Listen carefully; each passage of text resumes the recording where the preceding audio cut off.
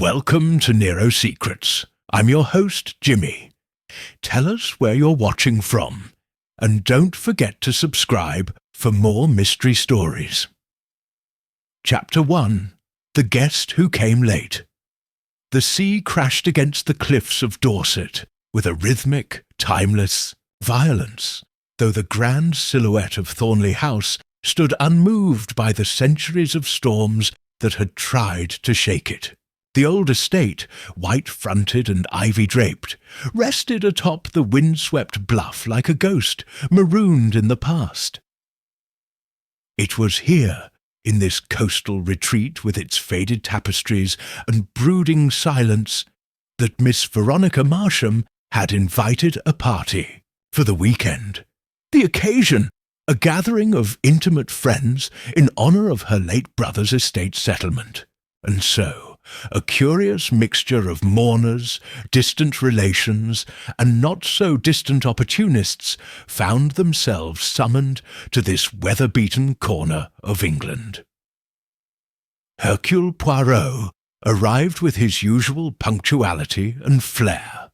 The hired Bentley from Weymouth railway station gleamed despite the sea spray, and inside it sat the small, dapper man with the impeccable moustaches and grey gloves folded neatly upon his lap. He alighted in front of Thornley House with the delicacy of a man stepping onto holy ground, his shoes barely scuffed, his cravat untouched by wind. "It is an interesting place, Hastings," Poirot said to his companion as they stood before the massive oak doors, "so full of gloom and suspicion, n'est-ce pas? One feels that a secret may be embedded in the very walls." "I expect it's just the salt and moss, Poirot," Hastings replied, ever the pragmatist. "These old houses always look like they're hiding something." Poirot tilted his head. "As do people, mon ami. And it is not always the guilty who wear the mask of mystery." They were shown inside by a sombre butler, who gave his name, Jarvis, with the tone of a man who resented having a name at all. Poirot's keen eyes took in the hallway at once. A cracked grandfather clock stopped at 9:17, a faint smell of lilacs beneath the dust, a single glove, white, silk and oddly clean, resting on the banister as though left by a ghost in passing. "No one else has arrived yet, sir," said Jarvis with a trace of disapproval. "Miss Marsham is in the morning-room. The morning-room was a misnomer, given the gloom that clung to it."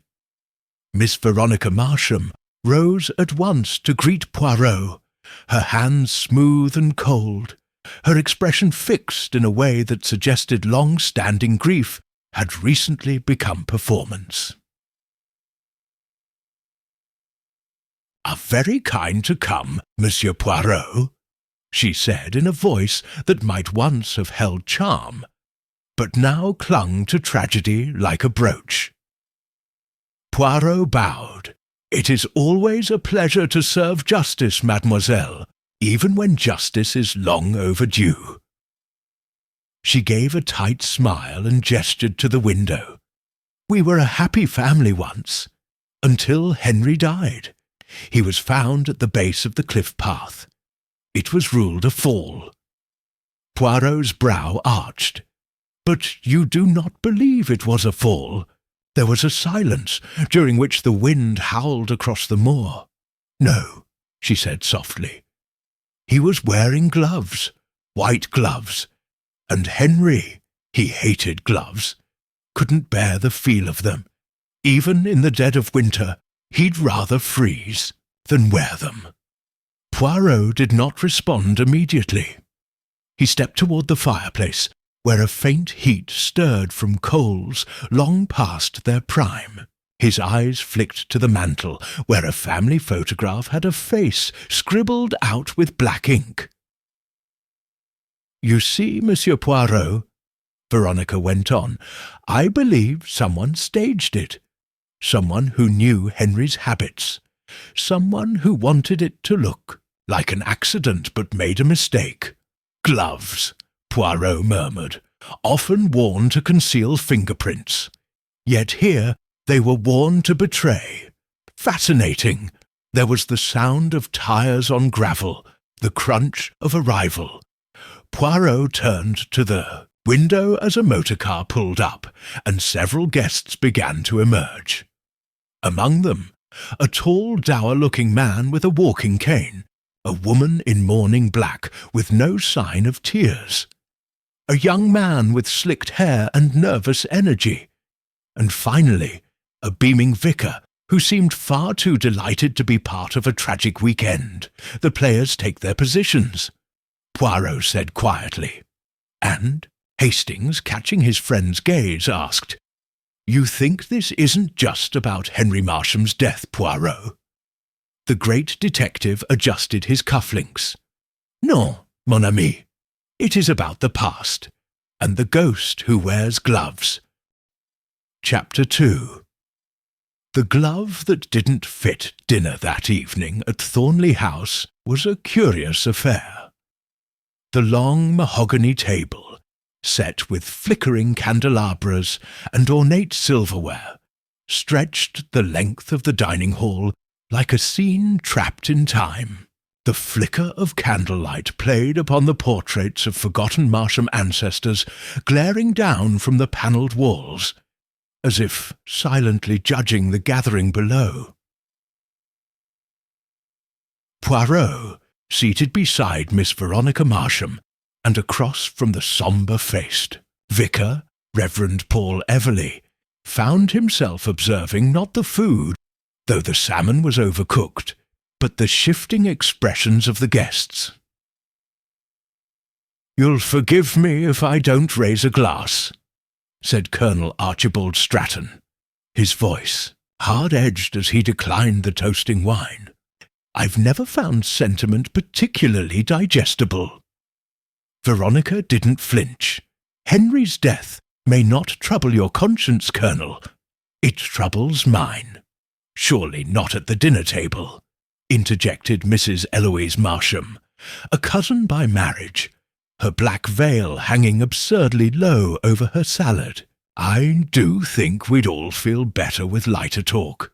Veronica, didn't Henry once purchase a sailing yacht? Something outrageously expensive." "Yes," said Veronica flatly. "He named it the Unwelcome Truth." That earned a small laugh from the youngest guest at the table, Julian Marsham, the heir in legal terms, if not affection. He had arrived barely on time, with the air of a man accustomed to racing deadlines and ducking responsibilities. He wore his tie slightly loosened, and had already spilled wine on the cuff of his shirt.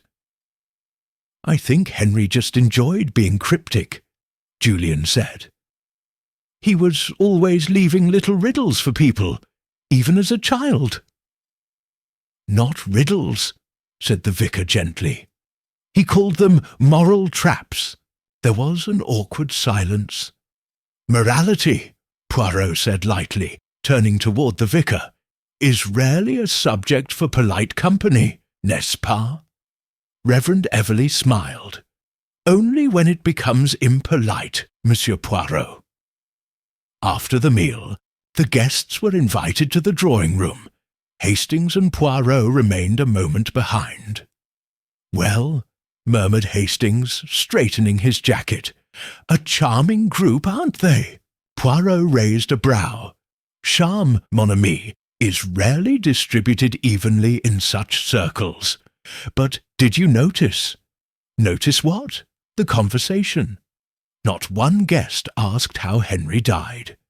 They all spoke of when and why, and yet none asked how. That omission tells me everything." They moved into the drawing-room, where Veronica now presided at the hearth like a hostess resigned to the weight of unseen chains. The guests had split into conversational clumps, Julian by the drinks trolley, Mrs. Marsham speaking softly to the Colonel, and the vicar perusing a volume of Cowper from the shelf, as though awaiting divine inspiration. Poirot approached the mantel again, examining the family photograph he had seen earlier. A thick line of black ink ran across Henry Marsham's face, obscuring it utterly. "Curious," he murmured. Veronica's voice floated toward him. "Julian did that. When the will was read, I think he believed it would earn him some kind of peace." Poirot turned. "Or it was meant to ensure no one remembered Henry as he truly was." She hesitated. "Possibly." Just then Jarvis entered with a note on a silver tray. "For you, Miss Marsham." She unfolded it slowly. Her brow furrowed. "He wore gloves in death, but someone else wore them first." The silence that followed was almost holy in its stillness. Poirot stepped forward, gently taking the note. His eyes scanned the precise, anonymous typeface.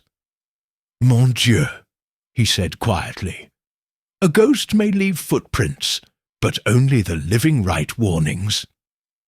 Julian swore under his breath. "Some sort of sick joke." "It is no joke," Poirot replied. "It is a challenge." And then, without warning, the lights flickered once, then twice, before plunging the room into momentary darkness. Gasps erupted, furniture shifted, and then a scream.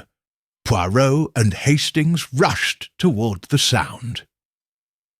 Mrs. Marsham stood at the far end of the corridor, clutching the banister of the stairs, pale as parchment.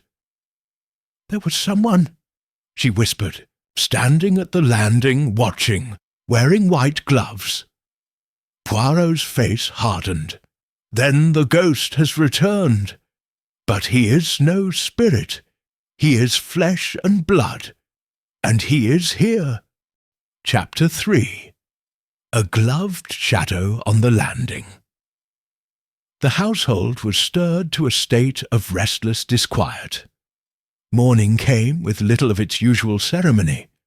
The storm had passed, but the wind lingered around the cliffs, moaning through Thornley's old stone walls, as if echoing the fears whispered in the corridors overnight. Poirot descended to the breakfast-room precisely at 8. He found only the vicar, Reverend Everley, seated by the bay window with a cup of weak tea and a gaze turned absently toward the sea. "Early riser, Monsieur Poirot," the vicar said with a genial nod. Poirot inclined his head. "Routine is the foundation of order, and order is the foundation of reason. You did not sleep well, Monsieur le Révérend." "I rarely do," Everley replied. "This house disturbs me. Too many silences, too many rooms where nothing is said aloud." Poirot's gaze lingered on the man a moment longer. "And last night you heard nothing further?" The vicar set down his cup. "Only the wind, and that scream." Poirot nodded. "Madame Eloise is quite certain she saw someone. She described him or her as wearing gloves. That detail is consistent, you note." "I thought it was meant to be a ghost," the vicar said with a tight smile. Poirot merely raised his eyebrows. "Even phantoms must conform to pattern, Reverend. But ghosts do not cast shadows on stair landings. Living men do." They were interrupted by Hastings and Julian Marsham, the latter looking pale and irritated, as though the events of the previous night had rudely disrupted his carefully dishevelled appearance. "This place is cursed," Julian muttered, helping himself to a slice of toast he barely touched. "Or haunted, or both." "Don't be ridiculous," said Hastings, though not entirely convincingly. "I rather think someone is playing a cruel joke." Poirot turned his attention to Julian. "Monsieur, you were quite alarmed last night." Your reaction was more than that of a man disturbed by theatrics. Julian gave a short laugh. You're reading too much into things. The note, the blackout, the scream. It was all a bit too perfect, don't you think? Maybe Cousin Veronica is staging a drama to stir sympathy. Or perhaps, Poirot said gently, someone wishes the death of your uncle to be seen as something other than an accident. Julian bristled. If you're suggesting I suggest nothing, Poirot said. I observe you disliked your uncle. Julian looked away. He was a hypocrite, wore morality like perfume, but he wasn't kind, not really. Poirot nodded slowly. A man who leaves behind complex emotions often leaves behind complex motives. By midday, Poirot had begun his inquiries in earnest. He visited the landing where Mrs. Marsham claimed to have seen the gloved figure. There was little to mark the space. A wall sconce slightly askew, a faint scuff along the baseboard. But Poirot, with his eyes sharp as ever, knelt beside the scuff.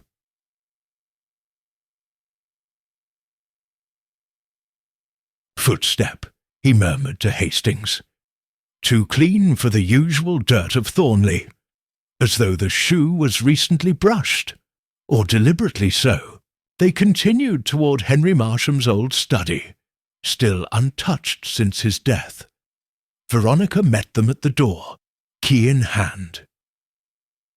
I haven't gone in since the day it happened, she said. The police looked through everything. They said there was nothing suspicious. Poirot stepped inside carefully. The study was lined with dark bookshelves, and the sea could be heard faintly through the glass windows.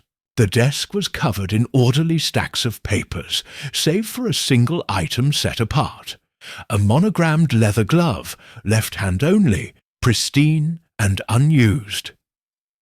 Poirot approached it like one might approach a relic. Curious, he said, it does not match the glove found on the banister yesterday. This one is thicker, less delicate. A gentleman's glove. Henry's? Hastings asked. No, Poirot said. I suspect not. It is far too new. And Henry, as we are told, disliked gloves. Entirely. Veronica looked stunned. Then whose is it? Poirot did not answer. His gaze had shifted to the fireplace. Above it hung an oil painting. Henry Marsham in his youth, unsmiling, one hand resting stiffly on a globe, the other curled behind his back. Poirot turned to Hastings. There is a pattern forming, mon ami, one stitched with gloves and silence. From the hallway beyond, the sound of a voice rose. Eloise Marsham again, speaking in a low and urgent tone to someone unseen. Poirot stepped out quietly and caught only the last phrase. If anyone finds out, it won't just be Henry they'll dig up. Poirot's eyes narrowed. The dead, it seemed, were not the only ones with secrets buried beneath Thornley's soil. Chapter 4. Secrets by the Cliffside. The afternoon sun broke briefly through the clouds, casting long, wavering shadows across the cliffs that loomed behind Thornley House. Hastings stood by the window in the drawing-room, watching the waves lash the jagged rocks below with hypnotic rhythm. The sea, like the house, seemed to whisper of things left unsaid. I still don't see what the glove proves, he murmured as Poirot joined him. Poirot responded without turning his head.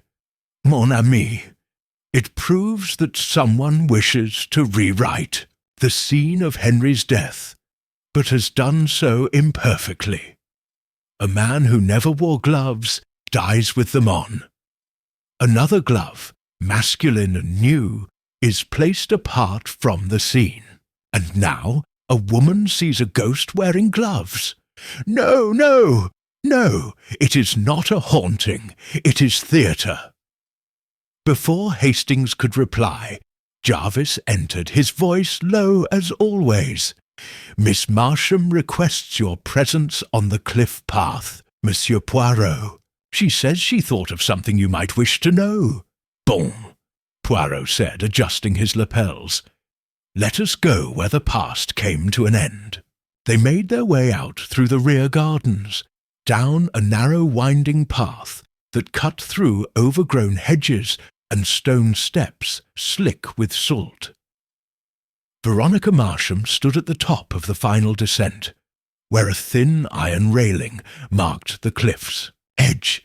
"I didn't think of it until this morning," she said, eyes on the sea. "But there was something odd that day, something Henry said the evening before he died." Poirot remained still. "Please, mademoiselle, do tell." He was angry. He said he'd finally confronted the last of them. I asked what he meant, but he only smiled and said, "You'll see, Veronica. I've done what had to be done." She turned now, her face pale beneath the shadow of her hat. "That night, someone went out to meet him. I heard footsteps on the gravel, quiet, deliberate. He left without saying a word. And then, the next morning, he was gone." Poirot's brow furrowed. "And you said nothing to the police?" "Thought it didn't matter. They said he slipped. It was windy and dark. But if someone else met him—"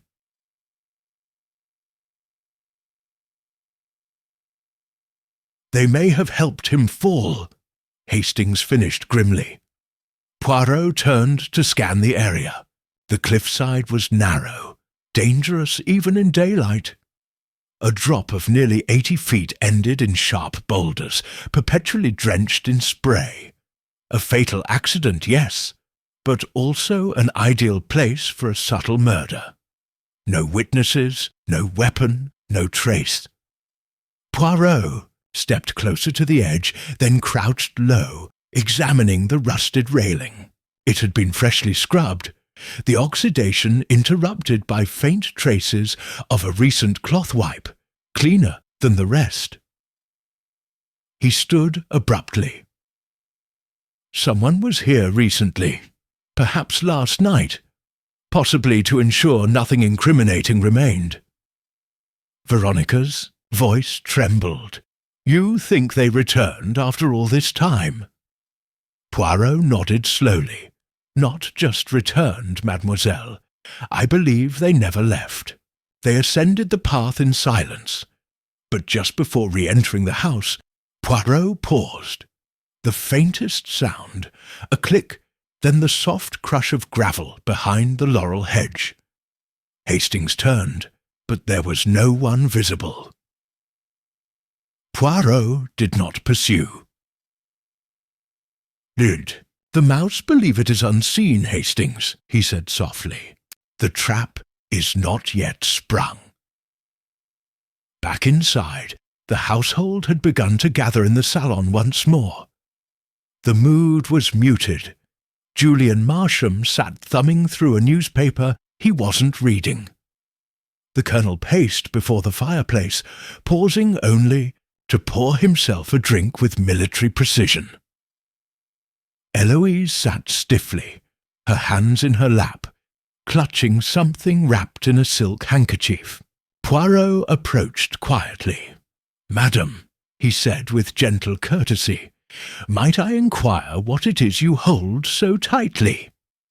Her eyes widened slightly, but she did not resist when he reached for it. She unfolded the cloth to reveal another glove, but this one was blood-stained. Veronica gasped. "I found it in the back of the linen cupboard," Eloise whispered. "I swear, I don't know how it got there. It's not mine." Poirot lifted it carefully. A woman's glove, left hand, silk, torn at the seam, and, yes, this blood is quite old. not fresh. And yet, Henry's, Hastings asked.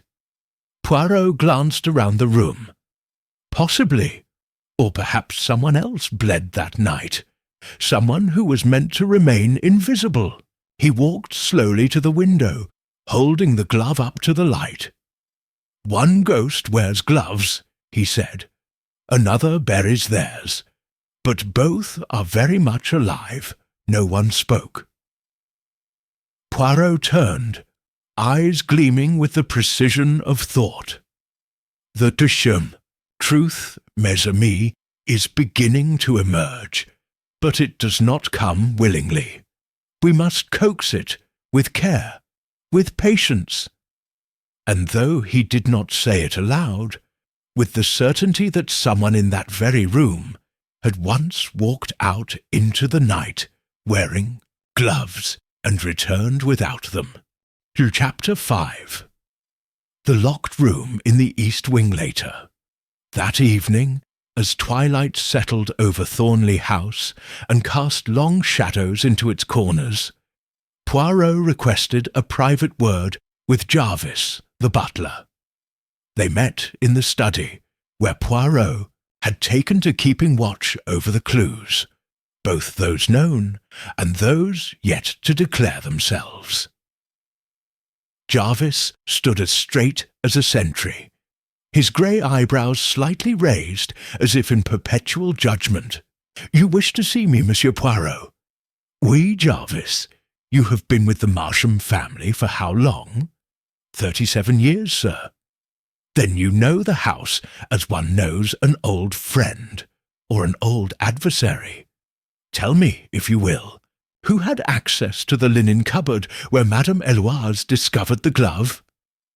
Jarvis blinked slowly. "Everyone. The cupboard is near the main corridor. It's never kept locked. It contains nothing of value." Poirot made a small sound of disapproval. "Ah, but you are mistaken. A murderer would disagree. A glove, stained with blood and carefully hidden, is most valuable indeed. And tell me, Jarvis, is the East Wing in use?" The butler's expression hardened. "No, sir. It has been shut since Mr. Henry passed." "Yet it was not always so. No. Mr. Henry kept several of his private papers there, and some old trunks." Poirot's fingers tapped together. "Would you object to showing me the East Wing?" Jarvis hesitated. "Miss Veronica has the only key. After the accident she had the wing sealed. Out of grief, I suppose." Poirot gave a polite nod.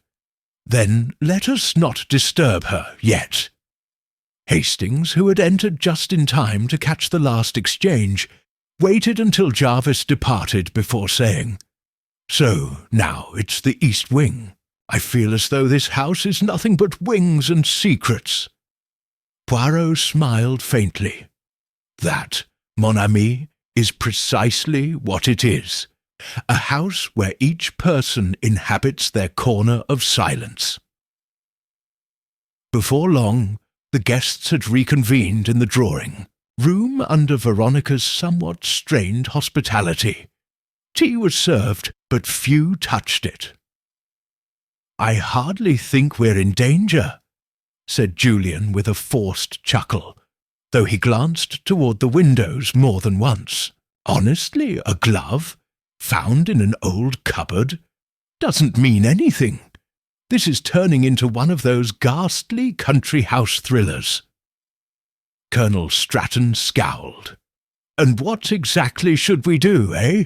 Lock ourselves in our rooms like characters in a blasted novel. This isn't fiction, it's real life, and in real life accidents happen.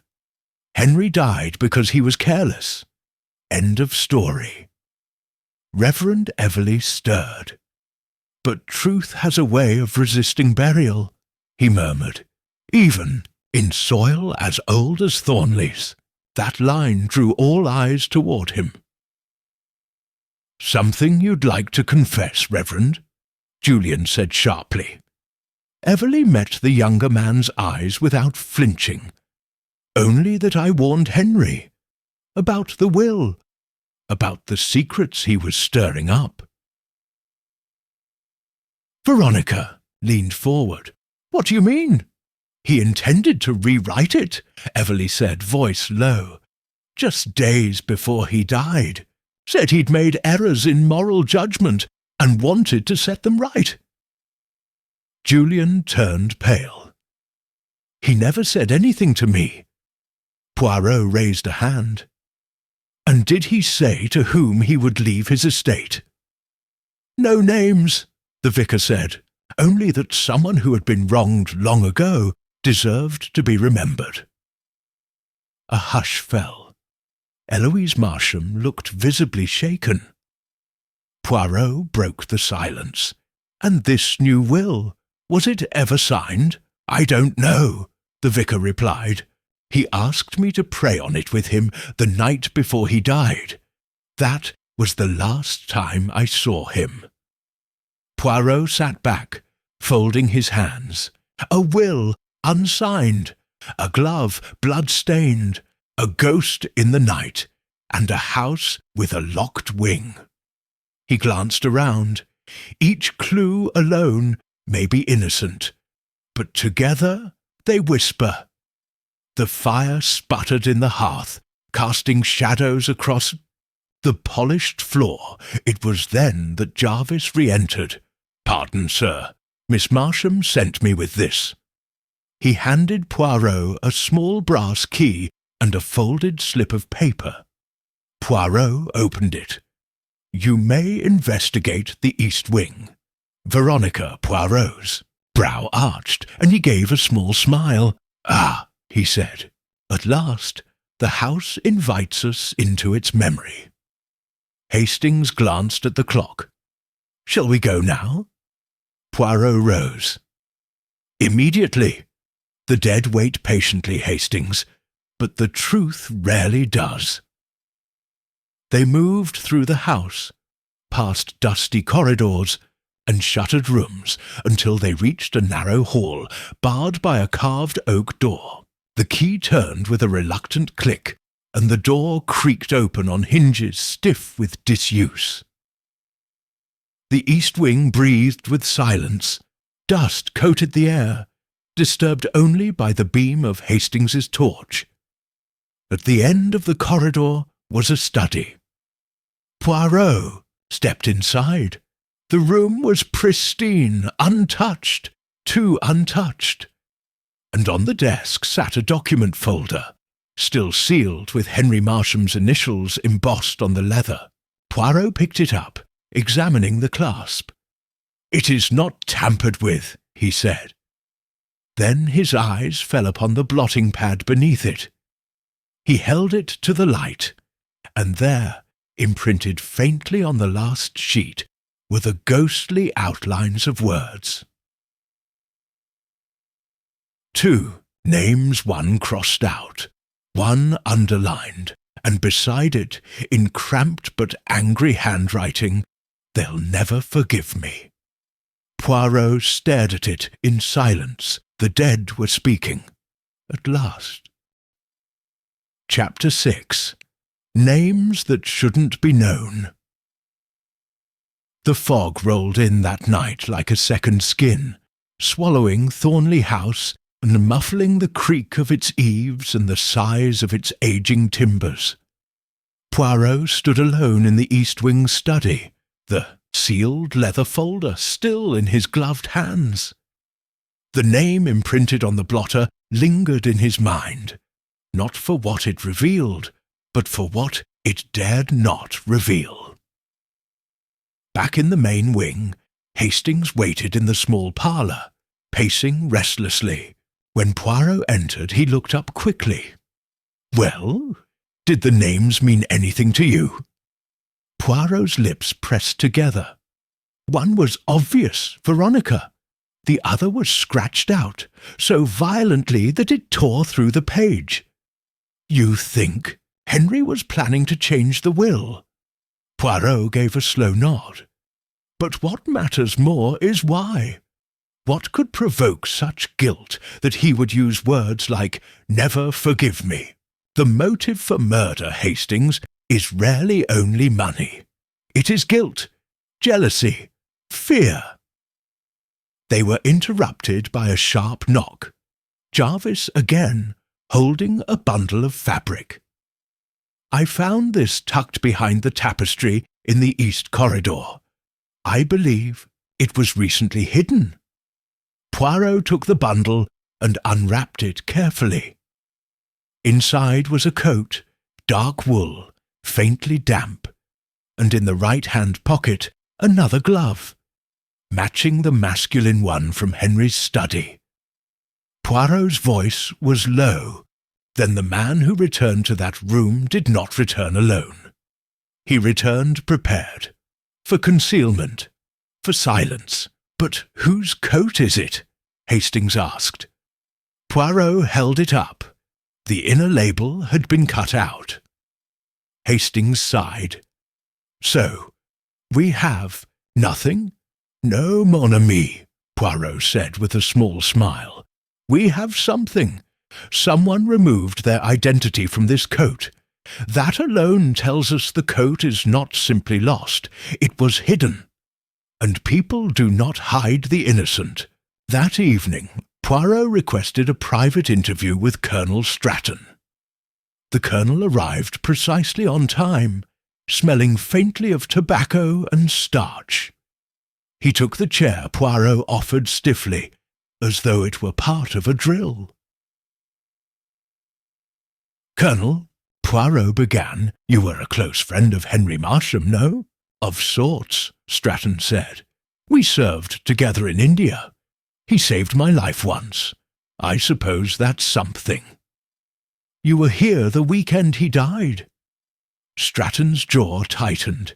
"Yes, and I left before the police concluded their inquiry. There was nothing I could add." "Pardon," Poirot said softly, "but I do not think that is true." He retrieved the glove found in the linen cupboard and placed it on the table between them. "Do you recognize this?" Stratton looked at it for a long time. When he finally spoke, his voice had dropped an octave. "My wife once wore gloves like those." "Before she passed?" Poirot asked gently. Stratton didn't answer directly. He looked out the window. "We had a son, you know. Not many here recall him. He died long before Henry's accident, but there was a time when Henry was close to the family." "Too close?" Poirot asked. Stratton stood abruptly. "You've made your point." Poirot remained seated, calm as ever. "Colonel, if something happened between Henry and your family, it may help us understand why someone wanted him silenced." Stratton turned back, his face stony. "Henry was many things, Monsieur Poirot, but innocent he was not." That night, the wind rose once more. Poirot sat at his desk, the firelight throwing shadows across the walls. He studied the glove, the coat, and the document folder still unopened. He did not need to open it, not yet. He already knew what it would say. The names were merely confirmation. The motive had begun to take shape, not in ink, but in the quiet ways people evaded the truth. There was a knock at the door. Veronica entered.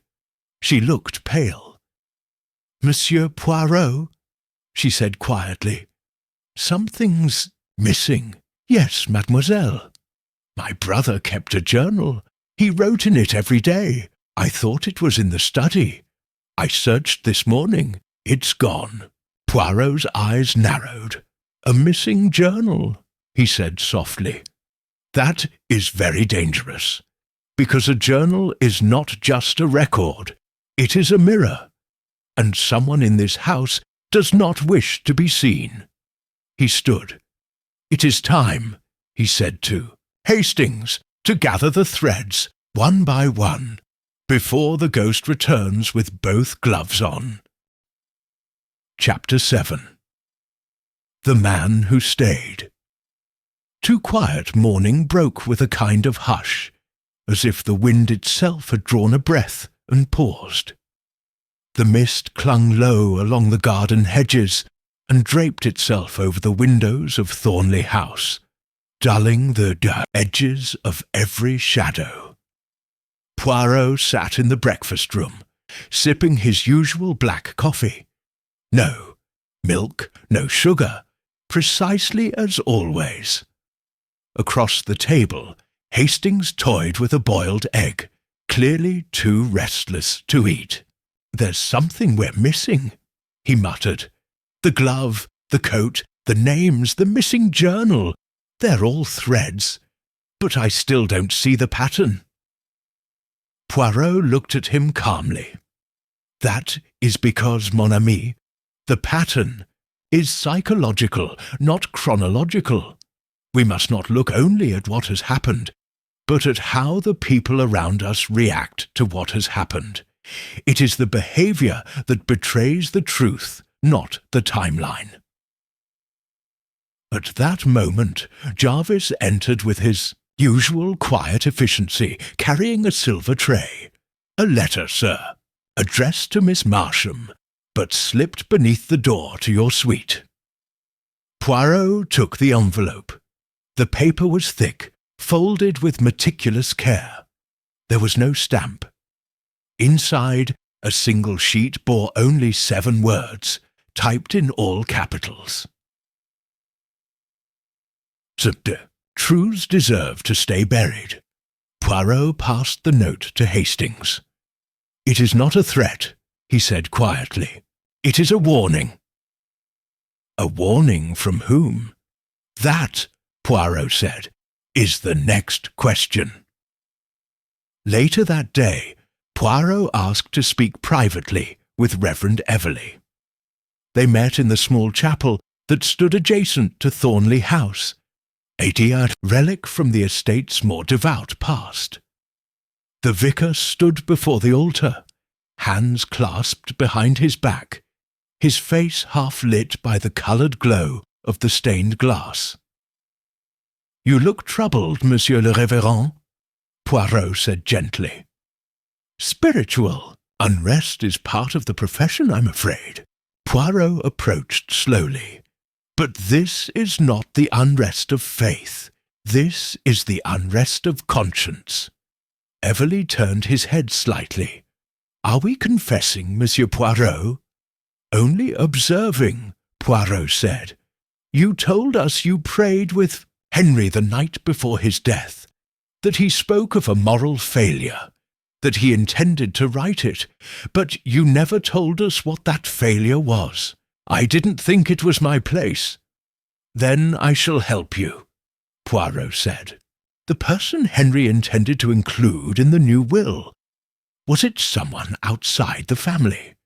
Someone whose very presence would upset the balance of the Marsham name?" Everley hesitated, then said, "Henry confided in me that he had a child, illegitimate, conceived in a moment of recklessness many years ago. The mother died before he could marry her. He said he had wronged the child by denying them recognition." Poirot's eyes narrowed. "Did he name the child?" The vicar nodded reluctantly. "He said the boy's name was Simon, and that he had returned to the village under another name, to confront Henry at last." Poirot's expression did not change, but a ripple passed through his gaze.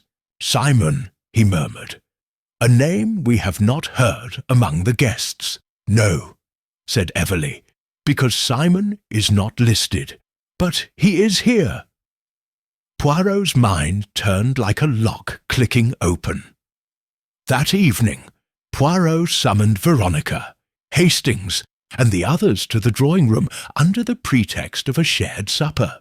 Eloise Marsham arrived first, visibly tense. The Colonel followed, face set in granite. Julian entered last, red-eyed, as if sleep had not touched him in days. Poirot made no grand announcement. He simply asked a question. "Tell me," he said, softly, "do any of you recall a young man named Simon Grenley?" There was a pause. Then Veronica blinked. "Yes, I do. He worked here, years ago, as a gardener, I think. Quiet boy. I barely remember him." "Strange," Poirot said, "because I believe Simon Grenley remembers all of you very well, particularly Henry. And I believe that he returned, not as a servant this time, but as a guest." He turned his eyes on the group. "You see, one among us is not who he claims to be." Colonel Stratton straightened. "Are you suggesting someone is impersonating?" "I suggest only that identity is a delicate thing. A man may change his name, his profession, even his face. But the past, mon colonel, it has a way of remaining intact, especially when revenge is involved." Veronica paled. "You mean one of the guests is Henry's son?" Poirot nodded, slowly.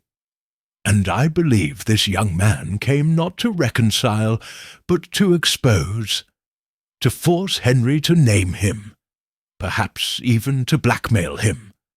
But when Henry chose instead to confess his intentions to the Reverend and to write a new will, someone panicked." Eloise rose shakily. "You think that person killed him?" "I do not yet accuse," Poirot said. "I only observe, and I observe this. A ghost who wore gloves has walked these halls.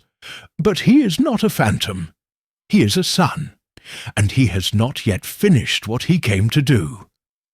Outside the wind began to rise again, brushing the glass with whispers.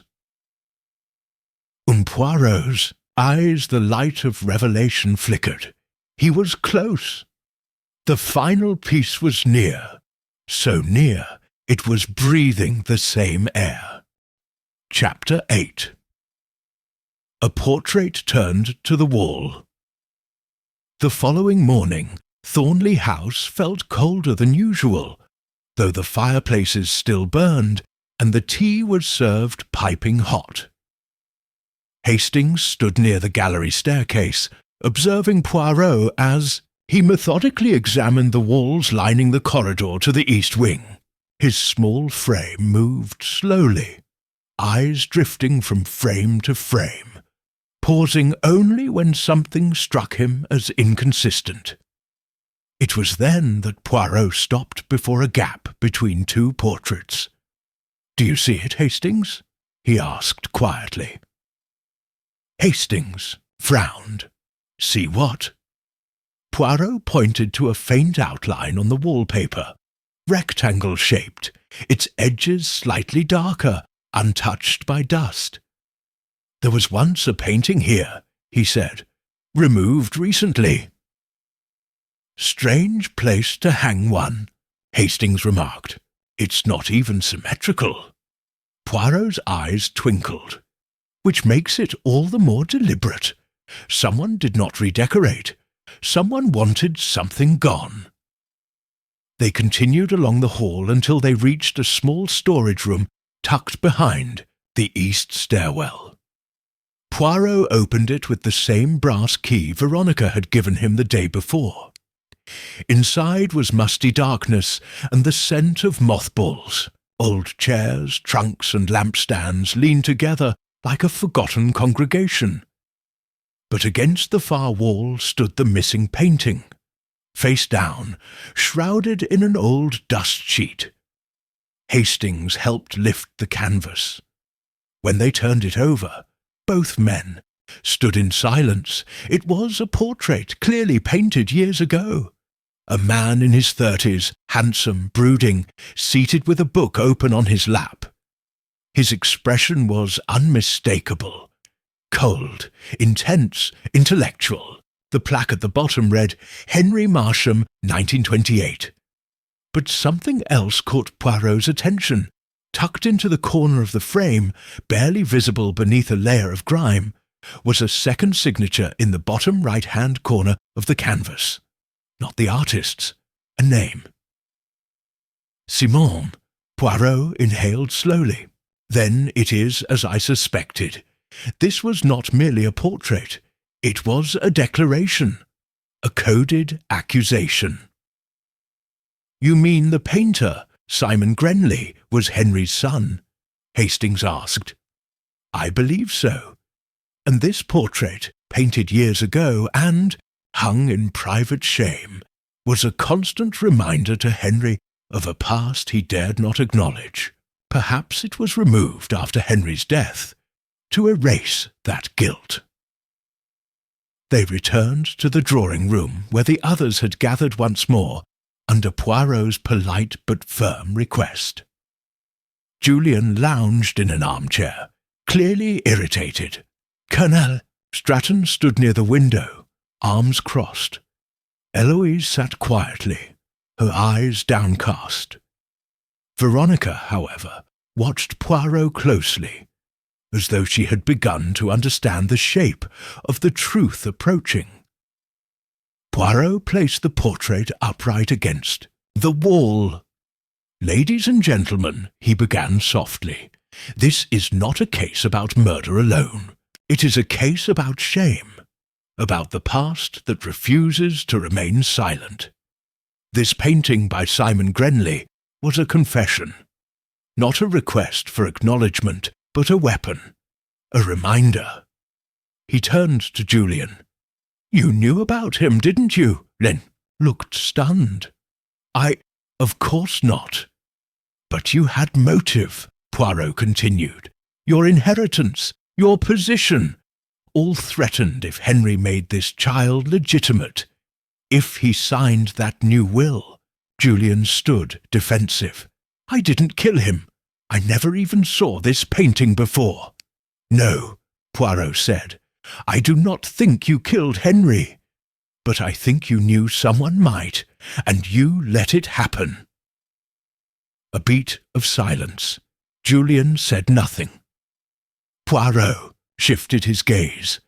Colonel Stratton, you were loyal to Henry once, but he wronged your family. A child born of betrayal. Did you ever suspect? The colonel didn't answer. Instead, he looked away, jaw tightening. Poirot let the silence linger, before continuing. But it was none of you who painted this portrait. And it is the painter we must find. He walked to the writing desk and retrieved the two gloves, the fine white one from the banister, and the gentleman's glove from the study. Each glove tells a story. One was meant to disguise fingerprints. The other was meant to identify.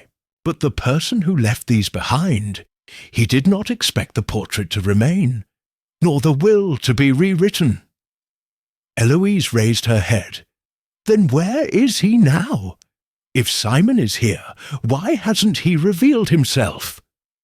Poirot turned toward her, because Simon never came to be acknowledged. He came to make others suffer as he once did, and to do that, he needed silence.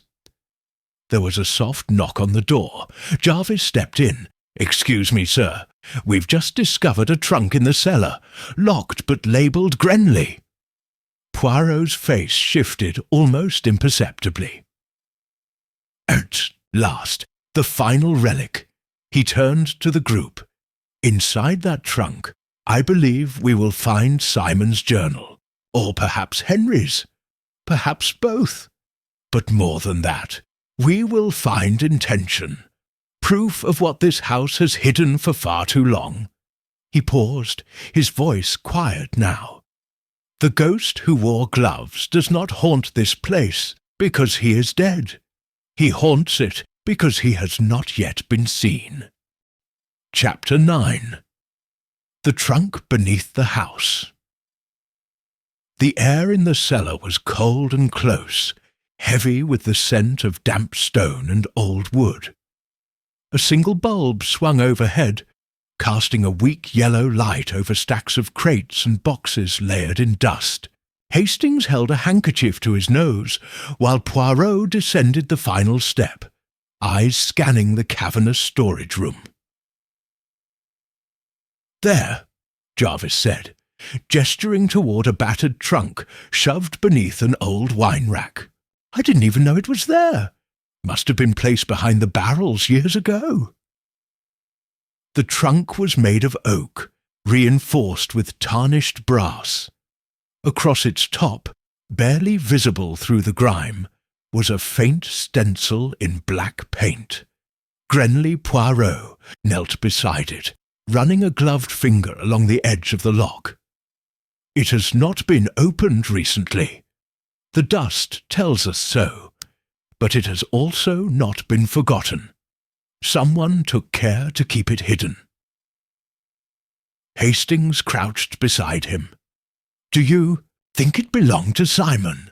Poirot nodded. "I believe so. Or, more precisely, it belonged to the version of him that existed before he returned. The boy, Henry, never claimed." With a click and soft creak, the lock surrendered to Poirot's tools. Slowly, carefully, he lifted the lid. Inside lay several items arranged with peculiar care. A stack of notebooks, leather-bound and well-worn, a folded woolen cap, a silver photograph frame with a cracked pane, and at the very bottom, a sealed envelope bearing Henry Marsham's name in tight, angry script. Poirot took the photograph first. It showed a woman in a nurse's uniform, standing beside a young boy with a stiff smile. In the corner, faintly etched, "Mother and Simon, 1917. Hastings looked over his shoulder. "She doesn't look familiar." "No," Poirot murmured, "because she was never part of this household. But Henry would have known her. And perhaps he loved her. Perhaps he fled from that love." He turned to the journals, leafing through the first. The handwriting was cramped and neat, growing more aggressive in later entries. Dates ranged over 15 years, filled with reflections, angry, wounded, articulate. Poirot read aloud. "He wrote me only once. Said he was sorry, that he'd try to fix things. But I didn't want to be fixed. I wanted the truth." Another entry. "I saw Thornley for the first time at 17. It was worse than I imagined. Cold, arrogant, untouched by what he left behind. They still speak of him as if he were noble." Poirot closed the journal. "This," he said, "is not the voice of a killer. It is the voice of a ghost, one that has waited too long to be acknowledged." At last, he reached for the envelope and broke the seal. Inside was a single sheet of stationery. "Father, I know you fear the truth, but I am not here to destroy you. I only want the name that was mine from the start. You said you would make it right. You have one day. If you do not, then everyone will know, not just what you did, but what you refused to do." Simon Hastings was silent for a long moment. He gave Henry a chance, he said finally. Poirot nodded, a chance Henry likely intended to take. But someone else, someone who stood to lose everything, could not allow that. They carried the contents of the trunk upstairs, where Veronica, Eloise, and Julian awaited. The Colonel had chosen not to appear, though his absence was as telling as his presence might have been. Poirot laid the journal on the table and turned to them. "Ladies and gentlemen, this is no longer a question of who Simon is. It is a question of who was most desperate to keep him from being known. The evidence now is complete. The motive clear. Only one matter remains, timing. Veronica looked sharply at him. You mean the moment Henry died? No, Poirot said softly. The moment the truth became dangerous. The moment someone realized Henry might sign the new will. That moment was the beginning of the end. The rest was only execution. Planned, quiet, perfect. Eloise paled. You think the murder was deliberate then? Poirot nodded once. Not in passion, in calculation. He turned to Jarvis. Tell Colonel Stratton I wish to speak with him. And please, bring all the gloves found in the house. Every last pair. Jarvis hesitated, then bowed. Veronica looked to Poirot, her voice low and uncertain. You know who did it?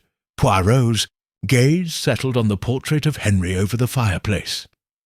Yes, mademoiselle, and soon so shall you. Chapter 10. Gloves on the Table. Colonel Stratton arrived with a stiffness that seemed more than physical. His shoulders squared, his expression locked in its customary severity, yet there was something brittle beneath the surface, something in his eyes that did not meet the gaze of anyone in the room. Poirot greeted him with cool courtesy. Colonel, thank you for joining us. Please sit. The colonel remained standing. If this is another insinuation, I'd rather you state it plainly, Monsieur Poirot. Poirot gave a faint smile. I intend to do precisely that. But first, we must complete the tableau. Jarvis returned just then with a silver tray. Upon it, 4 pairs of gloves, each labelled according to where they had been found. The glove from the banister, the blood-stained one from the linen cupboard, the matching gentleman's glove from the study, and a final pair retrieved from the coat closet earlier that afternoon. Poirot addressed the room with a quiet intensity. The gloves are key. Each one tells a fragment of the story, and each was meant to deceive. But what the murderer did not anticipate is that gloves, like lies, do not always fit. He selected the blood-stained glove, holding it gently. This belonged to a woman, worn, silk, and stained with old blood. Not from Henry's fall, but from something earlier, something violent, a confrontation, perhaps the first between Henry and Simon, a secret struggle buried with silence. He moved to the white glove from the banister. This was meant to frighten, left as a ghostly calling card, but it was also too clean, too deliberate, a theatrical detail meant to lead us away from the truth. Then to the gentleman's glove. This one, found in Henry's study, was planted. It belonged to the killer, yes, but it was left as a decoy, because the killer knew Poirot would look for a trail, and so they offered a false one. And finally, the 4th pair. These were found today, in the coat closet, worn, leather, and bearing faint traces of salt water and soot. Coastal. Where? But what is most telling? He turned one inside out. Initials. A.S. etched faintly on the lining. The room held its breath. A.S., Poirot repeated. Not for Simon, for Archibald Stratton. The colonel's face did not move, but the silence that followed cracked something in the air. You've had them all along, haven't you? Poirot said, voice low. You followed Henry that night.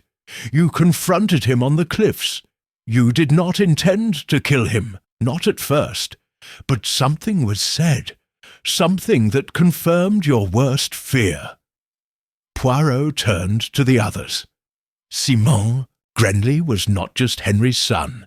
He was also, though indirectly, related to the Colonel's family. The timelines overlap. Likely, the woman Henry impregnated was once employed in the same military household that Stratton's wife belonged to, perhaps a companion, perhaps more. Veronica gasped softly. "You mean—" "Yes, mademoiselle," Poirot said.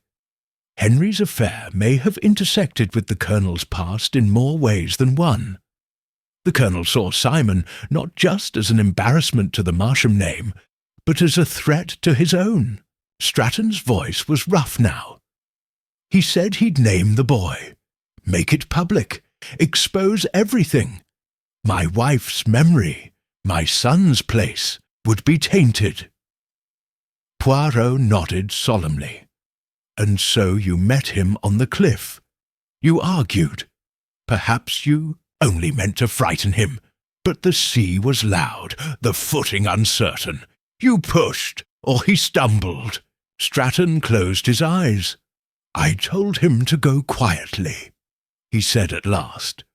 "I said no one wanted that boy to rise out of the past, that we all had reputations to protect.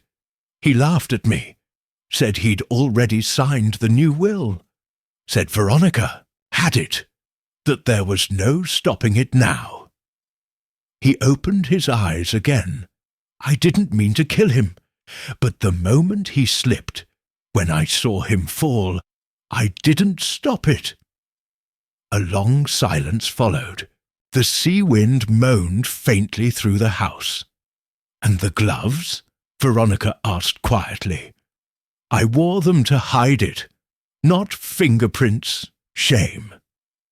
He looked down at his hands, "And after I tried to make it seem like an accident, hid the bloodied ones. Took mine back. I thought that would be enough." Poirot turned away. "You forgot, mon colonel," he said gently, "that justice has a longer memory than reputation." Stratton straightened. "I'll go to the police." "Say what?" must be said. Eloise broke the silence. "And Seaman, where is he?" Poirot replied softly. "Gone. I believe he came for acknowledgement, not vengeance, and when Henry died, without delivering either, he left, perhaps with sorrow, perhaps with peace. But he left his truth behind, and it was enough. No one spoke. The portrait of Henry Marsham, retrieved from the cellar, and now propped again on the mantel, watched over them in silence. Justice had been served, but not neatly, not cleanly, only humanly. Chapter 11. The Journal in the Firelight. That evening Thornley House fell into a hush unlike any it had known in the days since Poirot's arrival. The drawing-room had been cleared, the gloves boxed and labelled, and Colonel Stratton had surrendered himself to the local constabulary with grim resolve. There had been no protest, no drama, only the quiet dignity of a man who had buried too many secrets under a banner of honour. But for Poirot, there remained one final thread unpulled. He sat now by the fire, his fingers resting on the spine of the last journal recovered from the Grenley trunk. It had a worn leather cover and bore no title, just a single bookmark near the end. The room was dim, lit only by the flames that danced in the grate, and Hastings sat nearby, his posture tense despite the warmth. "Another confession?" Hastings asked. Poirot shook his head. "No, mon ami. This is not the voice of guilt. It is the voice of absence. Read it aloud, if you will." Hastings obliged, flipping to the marked page. He cleared his throat and began. "It's strange, writing for someone who may never read it. But words are my only inheritance. I don't want revenge. I don't want the estate. I just want to be seen, to be named, to be real in the eyes of the man who erased me. He told me he would do it. He looked me in the eyes and said the world owed me that much. I believed him. Maybe that's what makes me foolish. Tomorrow I'll go back. If he's changed his mind, I'll disappear. I've lived in shadows before. But if he hasn't, maybe I'll finally have a place to stand that's mine. Hastings stopped reading. The room had grown still, the only sound the soft crackle of burning wood. Poirot nodded slowly. He gave Henry a choice. He came not with rage, but with hope. And what is most tragic, Hastings, is that Henry had chosen. He was going to sign the will. But Stratton didn't know that, Hastings said quietly. Exactly. Poirot rose and placed the journal back on the desk. A murder born not from malice, but from ignorance, from a fear that did not need to exist. If only they had spoken plainly. At that moment, the door creaked open, and Veronica Marsham entered, with quiet footsteps. She carried a folded parchment in her hand, yellowed, sealed, and bearing Henry's monogram. "I found it," she said softly, "in the back of the bureau drawer. I didn't think to look until now." Poirot took the parchment carefully, and unsealed it. Inside, Henry Marsham's revised will, dated 3 days before his death, witnessed by the Reverend Everley, signed, complete. Veronica looked up at him. So Simon was the heir? Poirot smiled gently. In law, perhaps, but in truth, he never needed the money. He needed only the name. And now, mademoiselle, he has it. She stood in silence, eyes glistening. "I never knew," she whispered. "I never asked what haunted Henry in those final months. I just let him fade." Poirot's voice was kind. "We all do at times, Mademoiselle Marsham. But the difference between silence and forgetting is what we choose to do after the truth returns." She nodded, and after a pause, left the room. Poirot turned back to Hastings. "Come, mon ami, let us walk in the gardens. The house has held enough ghosts for one lifetime." They stepped out into the night. The wind was calmer now, and the cliffs no longer threatened. The path Henry had taken on his final night stretched ahead, lit by moonlight. As they walked, Poirot spoke without turning. "There is a lesson here, Hastings. Justice is not only in punishment. It is in the restoration of names, in the return of what was taken not from the dead, but from the living. And do you think Simon knows that now?" Hastings asked. Poirot looked out over the sea. "I think," he said, "that wherever he is no longer a ghost." And Thornley House, for the first time in many years, stood quiet, not with dread, but with peace. Chapter 12. The Final Footsteps. The next morning brought a rare stillness to the Dorset coast. The air was crisp, the sky pale blue above the cliffs, and the crashing sea had quieted to a rhythmic hush, as if the elements themselves sensed that the affair at Thornley House had drawn to its conclusion. Hercule Poirot stood alone by the library window, his silhouette framed by the light of a new day. He was impeccably dressed, his moustaches precisely waxed, his expression serene. On the table beside him sat the final assembled evidence: Henry's signed will, Simon's journal, the recovered gloves, and the now empty trunk labelled Grenly. The order had returned. The facts had been arranged. The puzzle, at last, was whole. Hastings entered quietly, a steaming cup of tea in hand. "They're packing up downstairs," he said. "Miss Marsham says she'll be leaving the house for good, says it doesn't belong to her anymore." Poirot nodded. "She is correct. Thornley was never merely a house. It was a monument to secrets.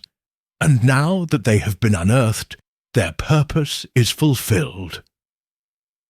"Do you think Simon will ever return?" Hastings asked. Poirot turned slightly.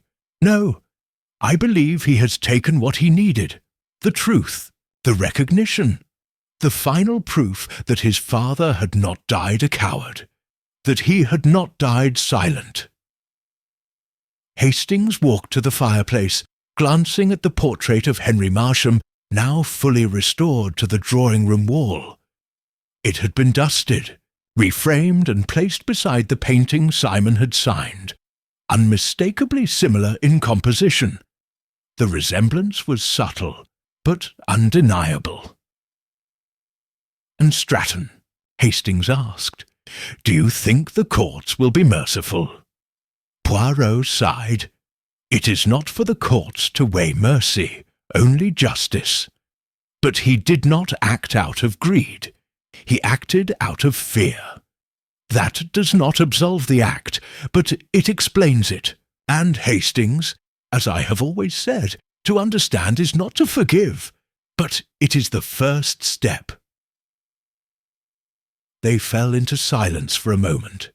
The wind brushed the panes gently, and the house seemed to breathe easier in its quietude. Jarvis entered with solemn poise. "Inspector Bullen has arrived, sir. He wishes to speak with you." Poirot inclined his head. "Have him wait 5 minutes, if you please. I wish to finish my reflection." As Jarvis departed, Poirot stepped back from the window. "One more thing, Hastings," he said softly. "The mystery was never about the gloves, nor the will, nor even the murder. It was about absence, a life denied shape, a son denied name, a family bound together by a silence so loud it deafened them to their guilt." He gestured toward the journals. "Simon Grenley came not to punish, but to confront.